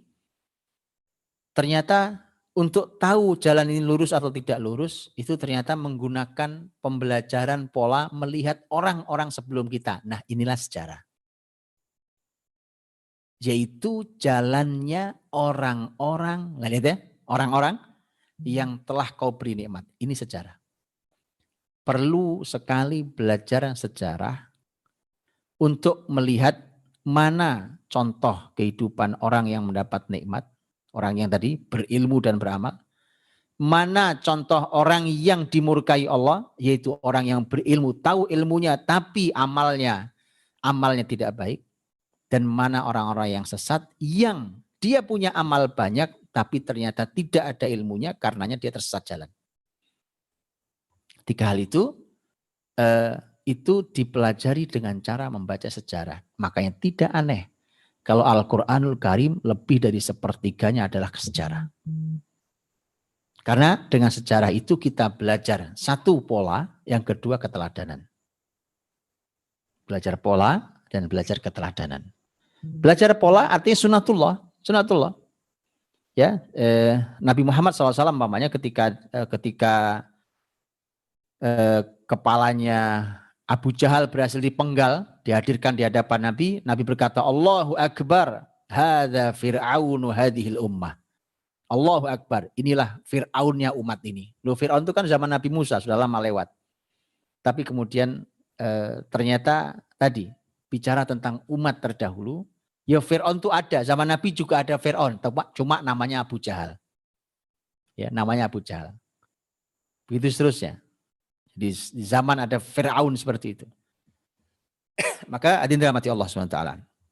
Itulah mendidik, terutama nanti ketika anak-anak kita memasuki usia balik. Ya, atau kita suka menyebut usia remaja. Itu adalah usia di mana pembelajaran yang paling efektif adalah menghadirkan sosok pribadi. Ya, yang di sana dia mengagumi, di sana dia meneladani.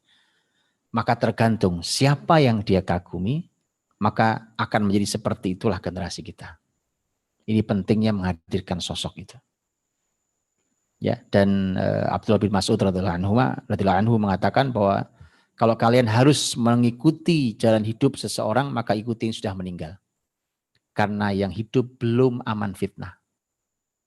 Ya, ini enak, kita punya sejarah Islam yang luar biasa. Ya, dan mari kita buka sejarah itu karena itu menjadi kurikulum yang sangat besar. Wallahualam bishawab, saya kira itu mudah-mudahan 10 ini bisa memukodimahi pertemuan-pertemuan kita insyaallah, dan jazakumullah khairan atas perhatiannya, semoga bermanfaat dan mudah-mudahan betul-betul ini menjadi pembuka yang besar. Saya kembalikan ke Surabaya, barakallahu fikum. Saya persilakan. Ya, jazakumullah khairan Ustadz Budi Asari LC dan Bapak Ibu, karena ini adalah pembukaan dari program terbaru yang insya Allah nanti akan berlanjut selama kurang lebih 1 tahun di Masjid Al-Irsyad Surabaya tentunya. 2 jam bersama Ustadz Budi Asari yang Masya Allah tadi pembukaannya dibuka dengan pembukaan yang paling mulia Al-Fatihah dengan 10 pelajaran tadi untuk pendidikan. Nanti juga di edisi-edisi berikutnya, bulan-bulan yang akan datang akan tidak jauh dari sini, pendidikan, sejarah dan juga apa yang berhubungan dengan tadabbur dari Al-Quran. Baik, dan Masya Allah ini ternyata yang mengikuti di Zoom penuh ya, kemudian di YouTube lebih 3.700-an, dan tadi yang mendaftar registrasi sampai di sore begitu ya, sekitar 1.300. Jadi lebih banyak yang tidak melakukan registrasi. Tidak masalah, dan tentu ini bagian dari kita untuk menyebarkan link kebaikan ini kepada saudara-saudara yang lain. Nah, untuk bulan-bulan berikutnya, Bapak Ibu yang sedang mengikuti kajian malam hari ini, untuk bulan-bulan berikutnya, ini insya Allah link YouTube dan juga Zoom tentunya akan dibagikan terbatas hanya untuk bagi para peserta yang registrasi atau melakukan pendaftaran. Dan Masya Allah pendaftaran pun juga sangat mudah, silakan nanti bisa dilihat ya, akan disampaikan oleh panitia, link registrasinya hanya cukup registrasi saja begitu. Jadi tidak ada bayar dan lain sebagainya, hanya registrasi. Karena untuk bulan-bulan yang akan datang, nanti untuk link YouTube-nya di setting tidak umum ya, hanya bisa dilihat oleh para peserta yang mendaftar saja. Oke, itu untuk sekilas ya, untuk pendaftaran di bulan-bulan yang akan datang. Dan Bapak Ibu, karena juga program ini merupakan kerjasama Masjid Al-Irsyad Surabaya dengan Madrasah Al-Fatih, dan salah satu tujuannya adalah untuk membantu Madrasah Al-Fatih yang sedang melakukan pembangunan, perluasan tadi itu, membutuhkan tentunya juga dana yang besar, dan di sini kita akan bicara tentang wakaf. Apa korelasinya dengan proyek besar yang saat ini sedang dilaksanakan oleh Madrasah Al-Fatih. Untuk itu, kita juga akan mendengarnya tim dari Ta'awun Wakaf dari Madrasah Al-Fatih yang akan menyampaikan tentang proyek besar dari dari Madrasah Al-Fatih ini. Ada Ustadz Walid Ilham yang akan menyampaikan hal tersebut. Ustadz Walid sudah oke, bisa menyampaikan ya. Assalamualaikum warahmatullahi wabarakatuh. Waalaikumsalam warahmatullahi wabarakatuh. Ya, agak ke tengah Ustadz biar tidak terlalu di pinggir ya, yang nonton juga enak. Silakan Ustadz Walid. Assalamualaikum warahmatullahi wabarakatuh. Keluarga muslim yang rahmati Allah Subhanahu wa taala, jazakumullah khair Ustadz Budi, guru saya dan pemandu acara di Al-Irsyad Surabaya. Jazakumullah khair.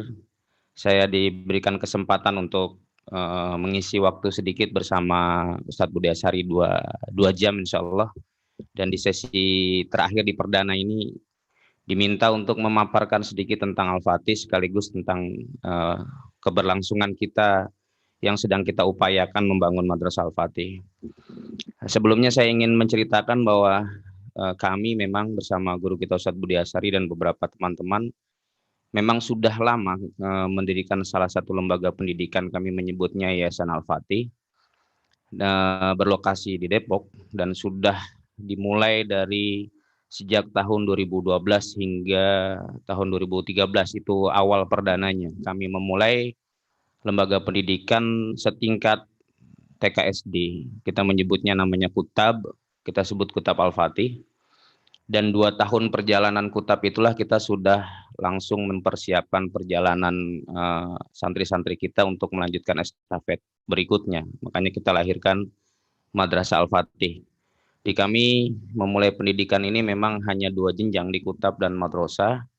Dan perjalanan ini tak terasa sejak 2012 hingga sekarang 2021 sudah tersebar lembaga kami Kutab Al-Fatih se-Indonesia dari Banda Aceh sana, Nanggur Aceh, Darussalam, dan yang sekarang masuk cabang kami baru di Sukabumi, namun secara posisi sudah sampai di wilayah Makassar, di wilayah Sulawesi, di Kalimantan, dan di Pulau Jawa, di wilayah Jawa Timur paling banyak secara cabang.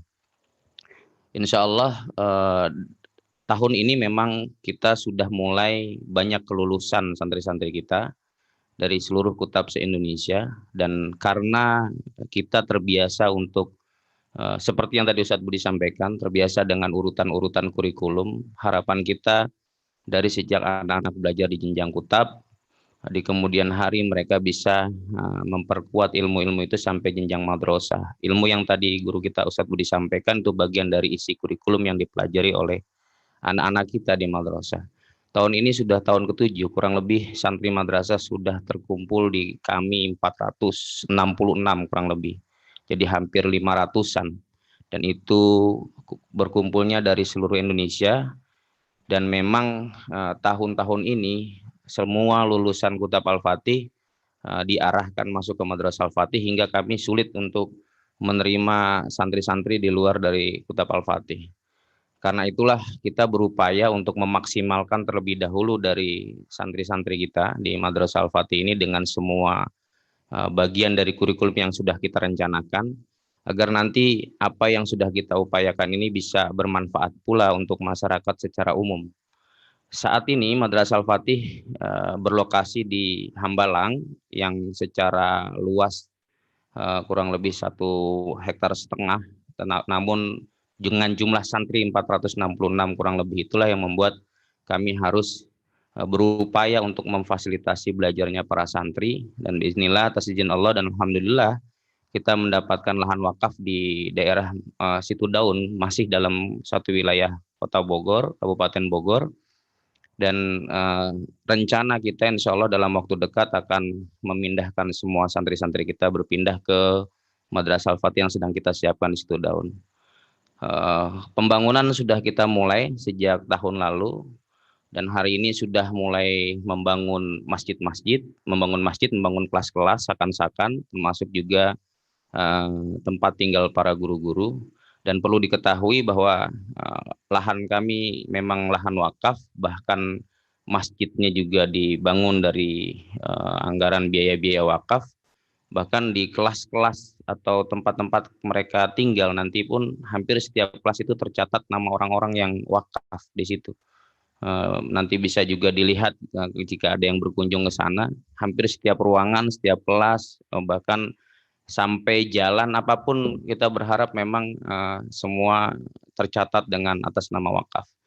Karena tadi semangat kita pendidikan itu bermula dari Allah, dan kita berharap mendapatkan rahmat, bisa berharap memberikan rahmat bagi seluruh alam semesta ini, maka sampai urusan tempat belajarnya pun kita sangat dijaga oleh tim kita, termasuk guru kita Ustadz Budiasari. Sehingga terbagilah dua klasifikasi. Untuk yang berkonsentrasi di pendidikan, ada Yayasan Al-Fatih, memang fokus untuk menyelesaikan semua urusan ilmu, bagaimana itu bisa terjawantahkan dengan baik, dan urusan bagaimana membiayainya itulah, maka kami lahirkan satu lembaga namanya Bilistiwa, Baitul Mal Katulistiwa, yang berkonsentrasi untuk membiayai dan mendanai perjalanan Madrasah Al-Fatih. Kali ini memang kalau tercatat dalam anggaran kita, insya Allah pembangunan ini akan mengeluarkan biaya kurang lebih sekitar 60 miliar. Atas izin Allah, alhamdulillah kurang lebih di atas 20 miliar sudah terkumpul dan sudah mulai proses pembangunan. Karena itulah kami berupaya, bahkan beberapa kali kita mengajak para masyarakat, seluruh siapapun yang terlibat, orang tua santri, termasuk komunitas-komunitas yang ada, termasuk juga para pendengar yang sering menyaksikan ilmu-ilmu dari guru kita Ustadz Budiasari, kami ajak untuk terlibat bersama untuk pembangunan lokasi kami belajar para santri Madrasah Al-Fatih yang akan menampung tahun depan akan bertambah lagi, karena memang seluruh santri Kutab Al-Fatih akan ada kelulusan dan berkumpul bersama di Madrasah Al-Fatih. Mungkin itu ya sebagai mukadimah. Pembawa acara di Surabaya, insya Allah itu ajakan kita dan harapan bisa terlibat bersama, insya Allah. Terima kasih Ustadz Walid Ilham untuk apa yang disampaikan kepada kita para peserta. Ini sebelum sesi tanya jawab ya. Ada sekitar kurang lebih 60 miliar kebutuhan pengembangan Madrasah Al-Fatih, dan tadi saat ini progresnya kurang lebih 20 miliar. Dan ini juga informasi dari Masjid Al-Irsyad Surabaya. Bapak Ibu, karena ini merupakan program kerjasama untuk mendukung pembangunan Madrasah Al-Fatih di Situ Daun Bogor tadi, maka juga setiap bulannya kita juga memberikan kesempatan kepada Anda, memberikan kesempatan untuk Anda untuk menjadi bagian dari proyek peradaban ini, gitu ya. Jadi setiap bulan ini kami memudahkan Anda untuk berwakaf melalui Madrasah Al-Fatih. Nanti untuk rekeningnya akan disampaikan oleh panitia. Jadi memang program kita ini gratis gitu ya, registrasinya tidak berbayar, tapi kemudian tentu juga kita mengajak Anda untuk menjadi bagian dari proyek peradaban Islam ini. Dan untuk di Al-Irsyad ini sampai sekarang juga sudah terkumpul kurang lebih 83 juta rupiah selama 3 hari ini ya, dan semoga nanti akan terus meningkat sampai 1 tahun kita melaksanakan kajian. Ustadz Walid, terima kasih, dan berikutnya kita akan masuk tanya jawab ya. Ini sesi tanya jawab, boleh mau bertanya ke Ustadz Walid. Oke, Q&A saja. Jadi untuk audio tidak. Oke, untuk audio nanti akan ada di pertemuan berikutnya. Ini karena masih pembukaan. Malam hari ini masih pembukaan, maka pertanyaan-pertanyaan yang akan dibacakan melalui fitur Q&A. Dan terima kasih untuk Bapak Ibu yang juga sudah mengirimkan banyak sekali pertanyaan yang masuk ya. Sebagian ada yang memang berhubungan langsung dan sebagian ada yang kalau out of context ini nanti akan kami arahkan di pertemuan-pertemuan berikutnya. Oke, saya lihat, nah ini ada yang bertanya tentang wakaf ya, tapi tentang hukum-hukumnya. Oke, ini yang sesuai dengan apa yang disampaikan Ustadz Budi. Ustadz, bagaimana, Assalamualaikum, mau bertanya bagaimana mengenalkan anak kepada Allah ketika berumur 5-8 tahun? Dan bagaimana seorang guru mengajarkan iman kepada Allah kepada anak-anak didiknya? Baik, sedikit rahmati Allah. Tadi ada ini ya, ada yang juga bertanya wakaf segala macam. Insya Allah nanti kalau teman-teman semua yang ikut kajian ini kalau mau request judul tema ya silahkan aja nanti hubungi panitia teman-teman Masjid Al Irsyad Surabaya untuk nanti saya timbang seperti apa. Contohnya banyak seperti wakaf ini, apakah nanti saya berikan satu sesi khusus bicara tentang wakaf, Insya Allah nanti bisa kita bahas itu, Insya Allah. Untuk pertanyaan tadi tentang anak pertama adalah anak usia 5 sampai tadi 8 tahun kalau nggak salah Ustaz ya. 5 sampai 8 tahun. Begini, mengajarkan sesuatu itu juga harus ditimbang yang sedang kita ajar ini usia berapa. Tidak sulit memahaminya. Ini ilmu gampang. Ilmu gampang ya. Kalau kita ini belajarnya pakai wahyu, insya Allah gampang ilmunya. Mudah sekali. Memang kalau belajarnya pakai ilmu yang rumit, itu hari ini ya itu memang bukan dari ilmu wahyu. Ilmu wahyu itu gampang. Bagaimana saya tahu bahwa anak di umur berapa itu seperti apa, sehingga saya nanti masuk mengajarkannya seperti apa. Itu mudah sekali. Itu pembagiannya mudah. Ya kapan-kapan boleh juga nanti kita bahas ya, kita bahas detail secara lebih detail urutan insya Allah. Sekali lagi yang mau nanti mesan tema, request tema ya silahkan nanti. Insya Allah kita pertimbang. Bagaimana mengenalkan Allah di usia 5 sampai 8? Usia 5 sampai usia 8. 5 itu kan sesungguhnya ya menjelang 5 atau 6, gitu, 5 atau 6. Artinya batasnya begini. Batas angkanya adalah 7. Ini kan 5 sampai 8 ini batas angkanya 7. 7 itu adalah angka usia yang disebut Nabi langsung yang disuruh sholat itu. Ketika disuruh sholat, ya anak memang belum balik, tapi anak sudah tamyiz. Apa tamyiz itu? Jadi gampang nih. Kalau anak umur 7 berarti sudah tamyiz. Apa tamyiz itu? Tamyiz itu artinya dia mampu yumayyiz. Tamyiz itu memilah. Memilih. Dia tahu tuh, sudah tahu. Ini kanan, ini kiri, ini panas, ini dingin, ini bahaya buat saya, ini tidak masalah, ini manfaat buat saya. Dia mulai bisa memilah-milah itu. Oke, sudah mulai mengerti memilah. Memang belum balik. Maka kemudian artinya akalnya sudah mulai bisa memilah mana yang maslahat, mana yang mudorot, mana yang baik, mana yang buruk. Mulai. Ya baru mulai. Di saat itulah dikenalkan ini loh baik. Yaitu sholat namanya. Itu 7 itu batasnya. Ke 8 ke arah ke atas artinya tamyiznya makin naik. Berarti makin mendekat kepada balik. Tapi masih usia tamyiz. Ke bawah, 7 ke bawah berarti 6, 5. Tadi pertanyaan dari 5 ya. 6, 5 itu berarti dia masih masa menjelang tamyiz. Masih masa kanak-kanak. Kanak-kanak akhir istilahnya. Dia sudah kanak-kanak akhir. Masih usia anak-anak. Yang kalau usia anak-anak itu dia sangat luar biasa di dalam meniru. Kenapa? Karena dia belum punya modal untuk menganalisa, belum punya modal untuk, kan masih meniru. Tapi kalau sudah usia tamyiz, 7 itu dia mulai berpikir. Makanya dia sudah mulai bisa memilah. Karena mikir dia. Oh ini begini, ini begini. Maka dia mulai membandingkan. Membandingkan ini dengan membandingkan ini.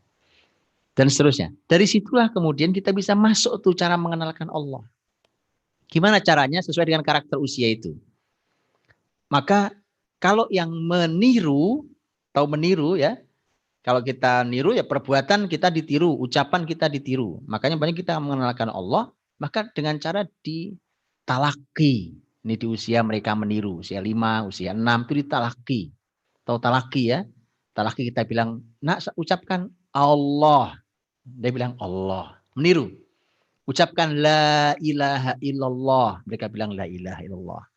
Kadang benar, kadang salah kita luruskan. Ucapkan Muhammadur Rasulullah. Gitu ya. Asyhadu alla ilaha illallah. Diajarkan tuh.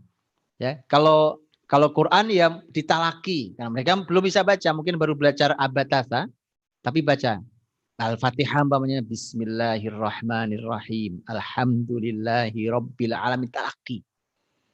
Ya, itu karena mereka meniru. Maka dalam Islam konsepnya talaki. Ditalaki artinya disampaikan, didrill gitu ya, ditalakikan, kemudian nanti meniru, dibacakan, dia meniru, mencoba mengikuti kita dan seterusnya. Ketika memasuki usia tamyiz yang dia sudah mulai bisa berpikir, nah dialog masuk. Dialog itu mulai masuk. Nah ya, mulailah kita kenalkan Allah. Kenalkan Allah tuh. Karena Allah tadi mengenalkan dirinya.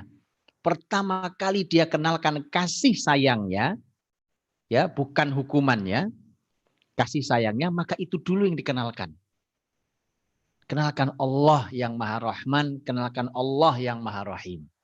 Allah itu baik, nak. Ya, Allah itu baik sekali, ya. Ditunjukkan, tunjukkan dalam kehidupan kita.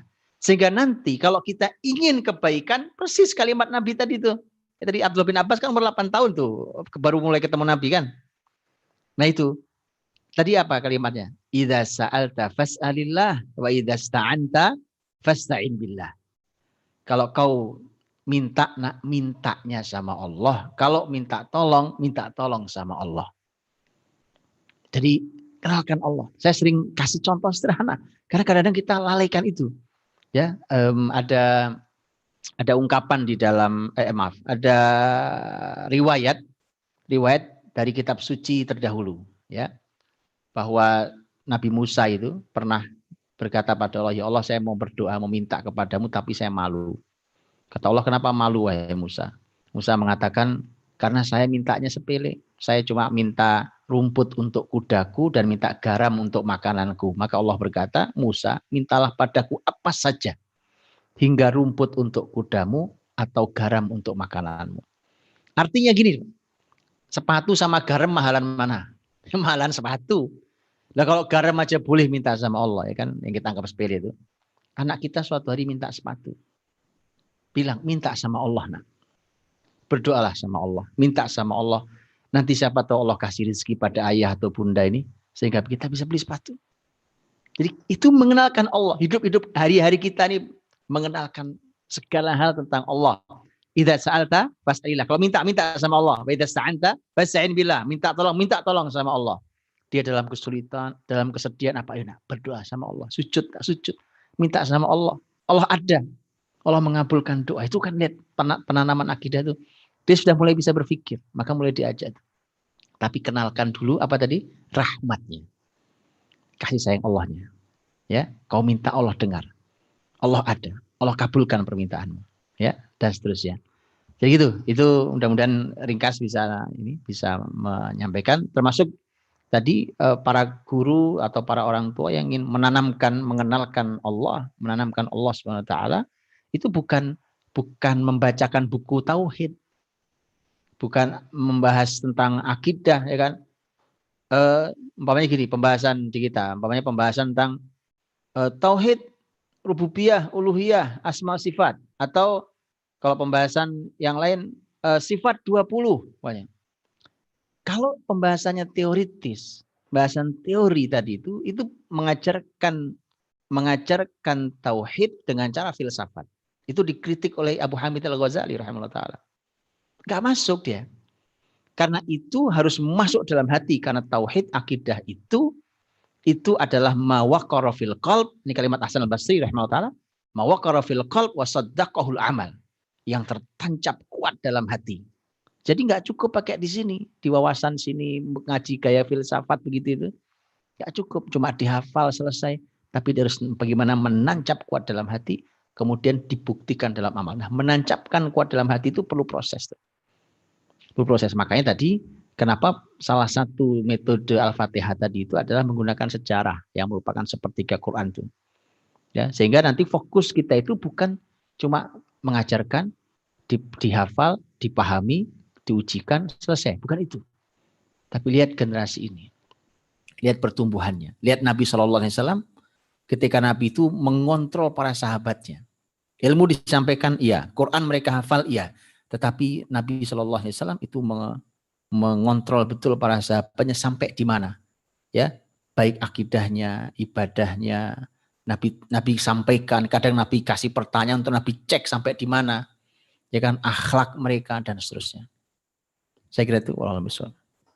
Ya, jazakumullah khairan Ustadz Budi. Dan untuk Bapak Ibu yang sudah registrasi ya, sudah mendaftar bulan ini, maka di bulan-bulan berikutnya tidak perlu mendaftar lagi. Jadi pendaftaran itu 1 kali untuk seterusnya ya. Jadi yang kami undang untuk mendaftar untuk mengikuti kajian bulan yang akan datang bersama Ustadz Budi Asari adalah yang mengikuti malam hari ini tapi belum registrasi. Jadi 1 kali untuk selama kurang lebih setahun ke depan.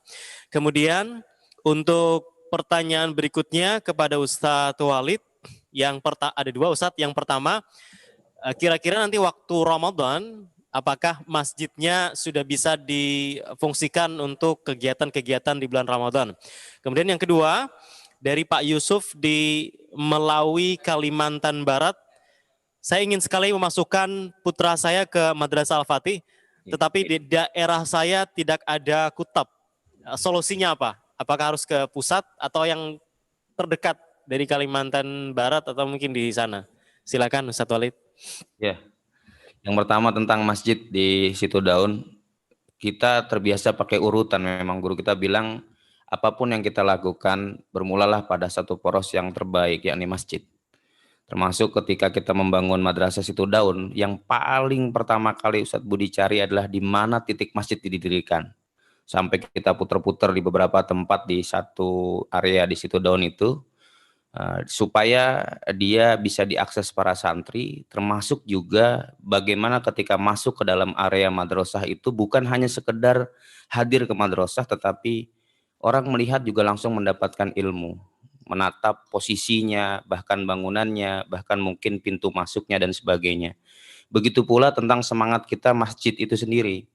Karena kita sadar bahwa kita tidak bisa meminta dengan kemampuan kita selain meminta pada Allah Subhanahu wa taala, dan kita terbiasa meminta itu di waktu-waktu yang istimewa. Salah satunya adalah di bulan Ramadan. Bahkan iktikaf itu bagian dari kurikulum yang terjaga di Yayasan Al-Fatih di seluruh santri bahkan. Bahkan kami berani meliburkan para santri di 10 hari terakhir untuk tidak ada aktivitas kecuali untuk mengisi hari-harinya berinteraksi pada Allah Subhanahu wa taala dengan adanya itikaf.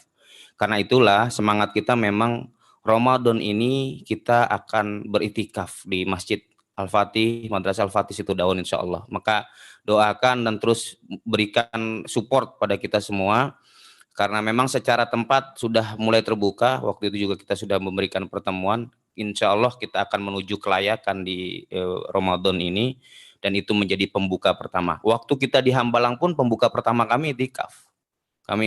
Begitu pula ini, karena kita ingin memindahkan santri kita, maka kita akan mulai dari iktikaf insya Allah. Mohon doa dan mohon dukungan insya Allah. Lalu yang kedua tentang santri di salah satu wilayah. Ini memang salah satu upaya kita insya Allah. Karena tadi kurikulum ini perlu dengan pengkajian, bahkan perlu dengan praktek di lapangan. Tetapi kita tidak menutup bagi siapapun yang ingin mempelajari kurikulum-kurikulum kita. Upaya-upaya untuk membuka dimanapun kita buka di setiap tahunnya. Tetapi setiap bertumbuh kita punya syarat-syarat yang harapannya adalah kita menuju pada hal-hal yang diinginkan dalam dunia pendidikan ini menurut panduan Islam itu. kalau Kalimantan Barat berkenan membuka, insya Allah juga kita akan mudahkan dengan berbagai macam proses gitu. Nah, bagaimana kalau tidak ada? Kurikulum ini bisa diakses dimanapun, bisa belajar, bahkan bisa dikunjungi di kutab-kutab yang kami sudah ada. Silakan bertanya kepada kutab-kutab yang terdekat, boleh mempelajari kepada mereka insya Allah. Bagaimana juga dengan kurikulum kalau memang harus dilakukan di rumah. Tidak sedikit banyak orang tua sekolah-sekolah yang sifatnya belajar di rumah atau homeschooling dan sebagainya, mereka belajar ke kita. Bahkan mereka berani langsung bertanya kepada para orang tua yang anaknya belajar di Kutab Al-Fatih. Jadi semuanya bisa kita kondisikan dan memang semuanya harapannya bisa termanfaatkan ke seluruh tadi rahmatan lil alamin. Tapi upayanya kita terus bertahap insya Allah.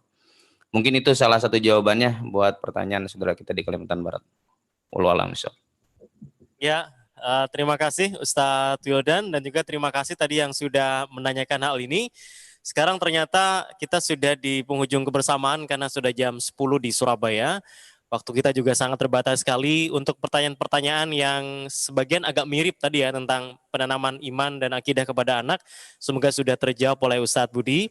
Dan yang belum terjawab silakan bisa mengikuti kajian-kajian kita bulan-bulan yang akan datang. Insya Allah kita juga masih akan bertemu dengan Ustadz Budi hari Kamis ya, Ustadz Budi di Sentuhan Parenting, nanti Sentuhan Parenting bagian yang ke-11, hari Kamis jam 8 sampai jam 10 malam. Ini kajian keluarga Masjid Al-Irsyad setiap Kamis malam Jumat. Nanti Kamis ini bersama Ustadz Budi Azhari, jadi masih akan ketemu lagi dengan beliau. Sebelum nanti bertemu di bulan yang akan datang. Dan Ustadz mohon dipimpin untuk kita tutup dengan doa. Baik, saudariku rahmati Allah, kita tutup dengan doa semoga Allah Subhanahu wa taala memberikan kepada kita generasi yang beriman, berakidah yang kokoh, beribadah yang ikhlas dan memiliki akhlak yang agung dan mulia. Dan semoga Allah menjaga kita semuanya dari mara bahaya dan siapapun yang mendahului kita dengan iman, semoga Allah memberikan kemuliaan dan ampunan. Allahumma shalli wa sallim wa barik ala nabiyyina Muhammadin wa ala alihi wa sahbihi ajma'in walhamdulillahirabbil alamin. Hamdan yuwafi ni'amahu wa yakafi mazidah ya rabbana lakal hamd wa lakal syukru kama yanbaghi li jalali wajhikal karim wa 'azimi sultanik. Allahumma inna nas'aluka wa nashhadu annaka antallah la ilaha illa antal ahadus samad lam yalid wa lam yulad wa lam yakul lahu kufuwan ahad. Allahumma adfa'anna al-waba wal bala wal zalazila wal mihan wal fitan ma dhahara minha wa ma batan. Allahumma ighfir lana wa li ikhwanina alladhina sabaquna bil iman wa la taj'al fi qulubina ghillan lil ladzina amanu rabbana innaka raufur rahim. Allahumma hab lana min ladunka dzurriyyatan thayyibah innaka sami'ud du'a. Rabbana hab lana min azwajina wa dzurriyyatina qurrata a'yun waj'alna lil muttaqina imama. Allahumma ighfir lana wa liwalidina warhamhum kama rabbawna shighara. Allahumma rabbana atina fid dunya hasanah wa fil akhirati hasanah wa qina adzaban nar. Subhana rabbika rabbil izzati amma yasifun wa salamun alal mursalin walhamdulillahi rabbil alamin. Alhamdulillahirabbil alamin. Jazakumullah khairan Ustadz Budi. Insyaallah dengan izin Allah kita akan berjumpa lagi hari Kamis dalam kajian keluarga Sentuhan Parenting. Dan juga jazakumullah khairan Ustadz Walid Ilham untuk apa yang disampaikan. Semoga tadi nanti bagi yang ingin menjadi bagian dari proyek ini bisa menghubungi panitia ya. Sebagian juga ada yang sudah ngechat bagaimana caranya agar bisa menjadi donatur tetap ya. Silahkan nanti bisa dihubungi panitia Mas Lukman ya dan juga yang lainnya. Masya Allah, semoga bermanfaat dan sampai jumpa Ustadz Budi di pertemuan-pertemuan berikutnya. Ustadz Walid, Assalamualaikum. Assalamualaikum warahmatullahi wabarakatuh. Baik, dan Bapak Ibu yang mengikuti kajian perdana Masjid Al-Irsyad di tahun 2020 bersama Ustadz Budi Azhari, program 2 jam bersama Ustadz Budi Azhari ini merupakan program kerjasama dengan Madrasah Al-Fatih yang memang tujuannya sebagai bentuk ta'awun ya, Masjid Al-Irsyad untuk mengumpulkan dan juga menyalurkan dana yang terkumpul melalui program ini, melalui wakaf yang Anda sampaikan nantinya 100% untuk keperluan wakaf pembangunan Madrasah Al-Fatih di Situ Daun. Jadi setiap bulan jangan lupa untuk disiapkan wakaf dari Anda ya untuk Madrasah Al-Fatih yang akan dikembangkan atau juga proses pembangunan pengembangan. Tentu juga kami mengucapkan jazakumullah khairan kepada para jamaah yang sudah berwakaf ya, para muwakif yang sudah terkumpul kurang lebih 83 juta sampai hari ini. Dan insya Allah para muwakif juga akan mendapatkan sertifikat digital sebagai bukti penerimaan sumbangan yang diterima Masjid Al-Irsyad Surabaya. Kemudian bagi yang sudah mendaftar acara malam hari ini, untuk ke depan tidak perlu mendaftar lagi. Yang perlu disiapkan mungkin wakafnya saja gitu ya, untuk daftar nggak perlu lagi. Tapi yang belum mendaftar, jangan lupa untuk mendaftar karena di bulan yang akan datang 2 jam bersama Ustadz Budi Azhari, link YouTube dan juga Zoom hanya diberikan atau terbatas kepada para peserta yang mendaftar saja. Jadi kajiannya tidak untuk umum seperti malam hari ini. Dan jangan lupa untuk mengikuti program-program Ramadan Masjid Al-Irsyad ya. Ada banyak narasumber atau ustadz asatid yang akan dihadirkan oleh Masjid Al-Irsyad Surabaya. Kajian spesial Ramadan 1442 Hijriah.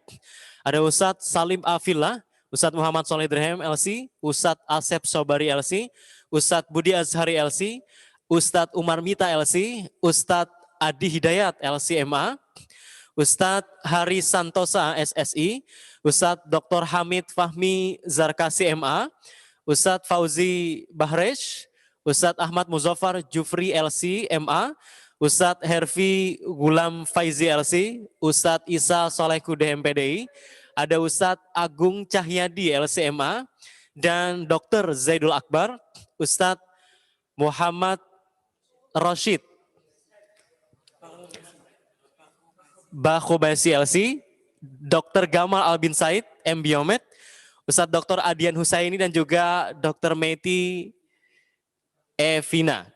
Oke, ini kajian spesial Ramadan tentu sangat menarik sekali dengan beragam asatid yang ditampilkan. Jangan lupa Anda bisa mengikuti dan mendaftar ya registrasi, tapi nunggu dulu, akan ada link berikutnya. Informasi selengkapnya bisa Anda ikuti di Instagram Masjid Al-Irsyad ya, bisa diikuti di Instagram Masjid Al-Irsyad. Dan saya kembali mengingatkan untuk kajian Ustadz Budi Azhari yang terdekat nanti hari Kamis malam Jumat jam 8 sampai jam 10 malam. Kajian keluarga sentuhan parenting bagian yang ke-11. Ini akan membahas buku Sentuhan Parenting karya Ustadz Budi Azhari LC. Jadi Anda bisa mendaftar ke panitia di 0895 3282 50193 atau 0817 0306 0600. Silakan bisa dilihat di Instagram Masjid Al-Irsyad. Alhamdulillah, dan panitia mengucapkan jazakumullah khairan. Jangan lupa siapkan wakaf terbaik Anda untuk Madrasah Al-Fatih setiap bulannya bersama Masjid Al-Irsyad Surabaya. 100% infak yang wakaf yang Anda sampaikan akan disalurkan semua ke pembangunan Madrasah Al-Fatih. Segenap panitia juga mengucapkan mohon maaf kalau ada salah-salah, dan tentu juga mengucapkan jazakumullah khairan. Jangan lupa untuk registrasi untuk mengikuti kajian ini bulan yang akan datang. Sampai jumpa di bulan Februari. Subhanakallahumma bihamdika asyhadu an la ilaha illa anta astaghfiruka wa atubu ilaik. Assalamualaikum warahmatullahi wabarakatuh.